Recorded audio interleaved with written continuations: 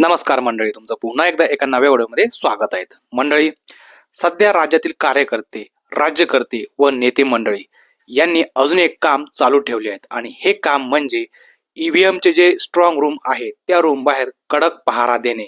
कारण ज्या काही मतचोरी किंवा तांत्रिक बिघाडींबद्दल ज्या काही शंका सध्या जनतेच्या मनामध्ये उपस्थित आहेत, त्यामुळे रात्रभर म्हणजे जवळजवळ 3-3 शिफ्टमध्ये हे लोक ईव्हीएम या स्ट्रॉंग रूम बाहेर पोलीस प्रशासनाबरोबर बाहेर जागे राहून आपलं काम करत आहेत. गोंदिया, चंद्रपूर, धाराशिव तसेच परभणी या ठिकाणी स्ट्रॉंग रूम बाहेर सीसीटीव्ही आहेत, स्ट्रॉंग रूमच्या आत देखील सीसीटीव्ही आहेत व पोलीस प्रशासन व कार्यकर्ते देखील बसलेले आहेत. त्यानंतर परभणी जिल्ह्यातील जिंतूर येथे देखील चांगल्याच पद्धतीने कडक पोलीस बंदोबस्त करण्यात आलेला आहे. आणि यात सगळ्यात महत्त्वाचं म्हणजे तेथील नागरिकांचा, तेथील कार्यकर्त्यांचा व काही विरोधकांचा देखील पोलीस प्रशासनावर विश्वास नाही. त्यामुळे त्या लोकांनी बाहेर स्वतः बंदोबस्तामध्ये ते सहभागी झालेले आहेत. 21 तारखेला मतमोजणी होऊन निकाल लागणार आहेत. खरं तर हा निकाल 3 डिसेंबर रोजीच लागायला हवा होता असं सगळ्यांचं म्हणणं आहे. मात्र कोर्टाने निकाल दिला आणि तो निकाल हा लांबणीवरती गेला.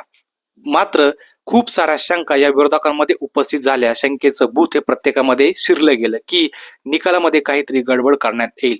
म्हणून सगळे कार्यकर्ते असतील किंवा राज्यकर्ते असतील किंवा स्वतः मंत्री लोक असतील, आमदार असतील, खासदार असतील, हे सगळे स्वतः स्ट्रॉंग रूम बाहेर कडक पोलीस बंदोबस्तात ते पण स्वतः सामील आहेत आणि लक्ष ठेवून देत आहेत. त्यामुळे 21 तारखेपर्यंत असं चालू राहील असेल बऱ्यापैकी आणि बऱ्याच ठिकाणच्या नगरपालिकेतील लोकांचं म्हणणं आहे. त्यामुळे 21 तारखेला जो निकाल येईल तो निकाल हा अपेक्षितरित्या असेल असं सर्वांचं म्हणणं आहे. तर मित्रांनो, बघूया 21 तारखेला निकाल काय लागतो, कोणाच्या बाजूने कल जातो. तर तुम्हाला जर हा व्हिडिओ आवडला असेल तर व्हिडिओला जास्तीत जास्त लाईक करा, जास्तीत जास्त शेअर सुद्धा करा आणि चॅनलला सबस्क्राईब पण करा.